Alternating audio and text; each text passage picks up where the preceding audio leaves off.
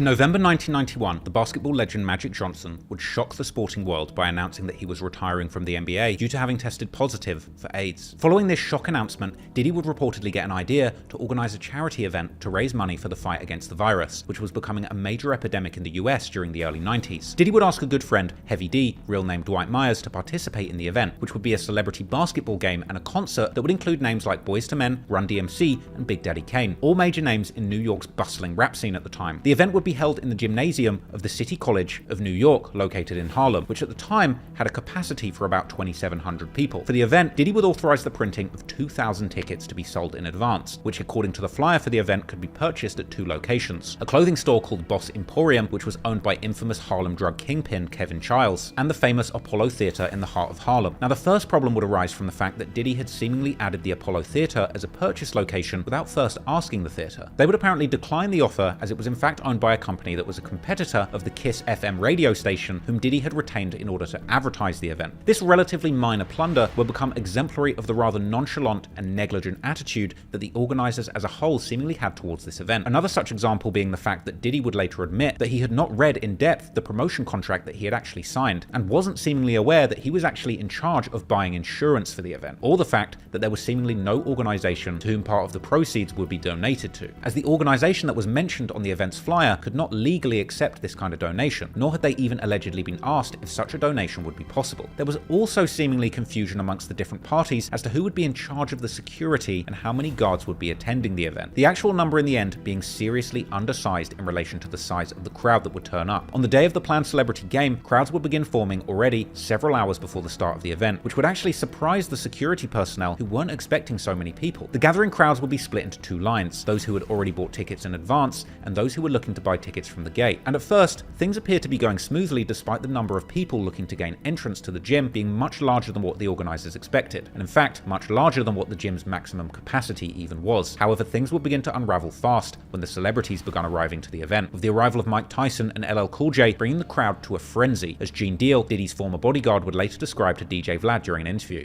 I did a walk around, so I walked around the top of the floor, went down the steps and went in the gym, and then came across the gym, and I seen that you can go up the steps and be right there at the front door. Everybody was coming in. You seen Dougie Fresh, Red Alert, they was on the mic. People started coming in and everything, it was cool. And then when LL Cool J and Mike Tyson showed up, that must have went pandemonium. The crowd would begin to push towards the entrance, soon overwhelming the security and gaining entrance to the gym. Unfortunately, as the crowd surged into the lobby and down a short staircase into the gym, at the bottom there were 4 inward opening doors that were closed. This created a deadly bottleneck where the pressure of the crowd still pushing towards the doors would soon begin to cause breathing problems to the people stuck at the bottom. And apparently, Diddy himself would actually manage to open one of these doors and would begin to pull incapacitated people onto the gym floor. Diddy would later apparently describe some of these events to a reporter, explaining that he had to overcome his initial revulsion towards a passed out man with vomit in his mouth. Diddy would apparently wipe the vomit away and begin to administer CPR, saying how he felt the person's death going inside of him. In the end, this tragic event would result in 9 people losing their lives and 29 people getting injured. A few times I thought I was going to pass out because it was hot on that staircase. You know what I'm saying? And when they closed the doors, I knew something was going down. City College was a deep experience for me. I was there, I was on the floor, I watched people take their last breath, regurgitate, and die. Okay, you said a female? Yes, a female. Of asthma? Yes, she had an asthma attack? Uh-huh. She passed out unconscious. They can't revive her. We were there at the doorway pulling people in, trying to get them. It was bananas. I pulled friends through the door. You know, first time in my life, I gave mouth-to-mouth resuscitation to people. That was just bananas to me. When we got down to the bottom, we just pulled them out, and that's when I think Tuffy came around. But I just walked off for a minute, and then I came back. It was just all them people, you know what I'm saying?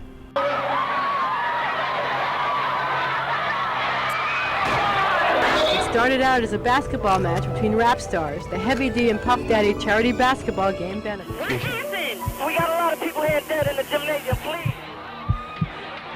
See, the problem is that there's people inside the gymnasium that does not have no pulse and is not breathing.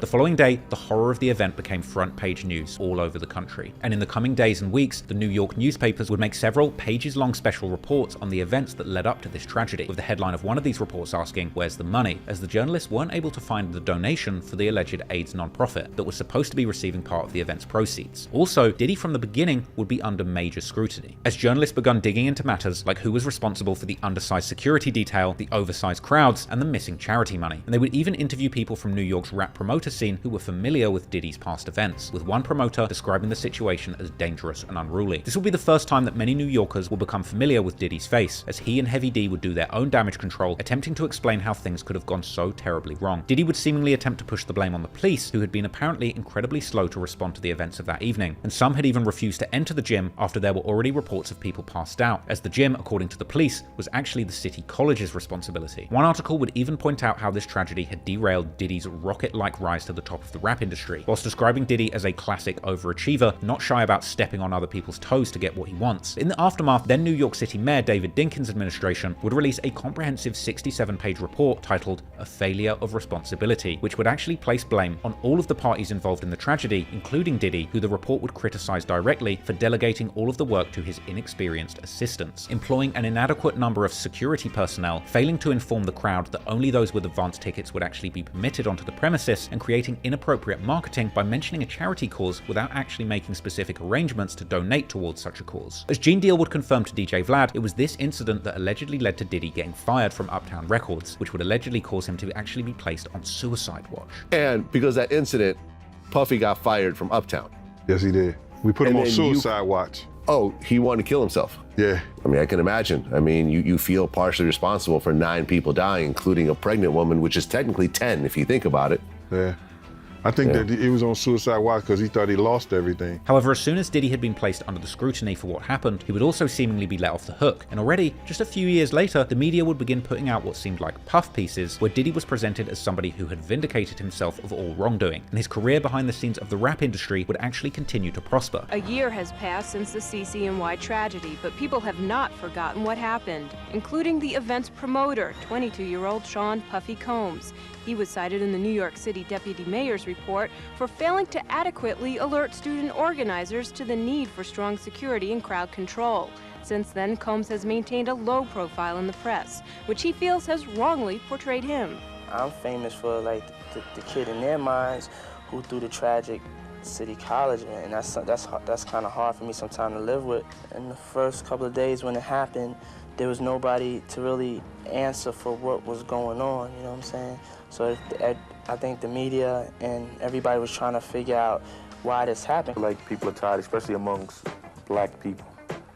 They're tired of seeing us kill each other, us go through that just the situations where lack of love for our race and for ourselves. Rapper Heavy D, who's managed by Combs and co-hosted the ill-fated event, says that Combs is a good kid who deserves all the success he's achieved in '92, despite its dismal beginning. Recently, Combs was promoted to Vice President of Artist Development at Uptown Records, started his own record label, and is the creator and executive producer behind some of R&B's top acts. But in 1999, the families of some of the victims would at least get some vindication, as the promoters of the event were actually found negligent and 50% responsible for the tragedy that unfolded, while the City College were found to be responsible for the other half, and both parties were ordered to pay for the damages to the families of the victims. However, for Diddy, who was already a millionaire at this point, paying a few $100,000 hardly seemed like a real punishment for the loss of 9 lives, and meanwhile, he would continue causing havoc in the industry.